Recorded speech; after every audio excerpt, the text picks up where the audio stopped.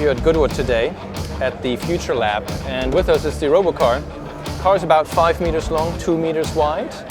The weight is slightly over 1,000 kilograms. Our top speed goal is over 200 miles an hour, which equals 320 kilometers an hour, more or less. So it started with a very artistic approach on the styling. However, we ran very detailed wind tunnel tests, and as you can see, this thing looks like a sculpted clay that the wind just forced the shape. We have, for example, a double diffuser in the front. This is where we guide air out from the front splitter, and at the same time we harvest air that gets forced through here into the intake that cools some of our computer systems.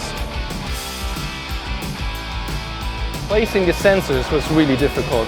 So we have two very high quality GPS antennas. They need to be a certain distance apart. They need to be completely uncovered.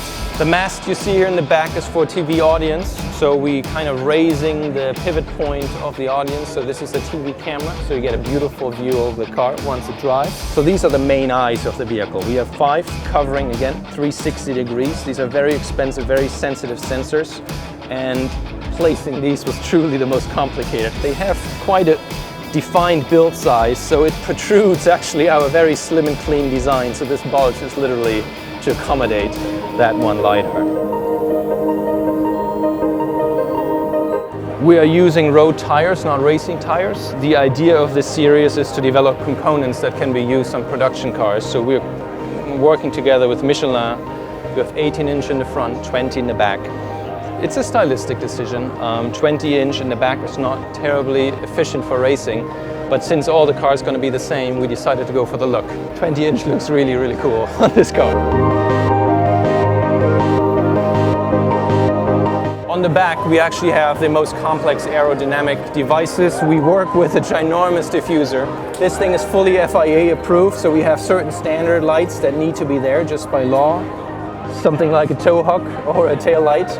There's also carbon fiber structure in here, which is crash test compliant. So we also had to do crash tests on this vehicle. Some more dive boards and air guide foils for aerodynamic. And this is probably the most outrageous aero device on the whole car. It wasn't there in the beginning, but this wing helps us to extract more air from the diffuser and also create way more downforce than in the beginning. But it's a beautiful piece that works perfectly with the car. I mean, all the way to the end, it's perfectly integrated into the shape of the vehicle. This is rather unusual for motorsport. You have very exposed aero devices on many, but style was so important for us because we want everybody to just be excited about this. Kids, boys, girls, moms, dads. So the fact that it looks animalistic or somewhat outer worldish was a really high design priority.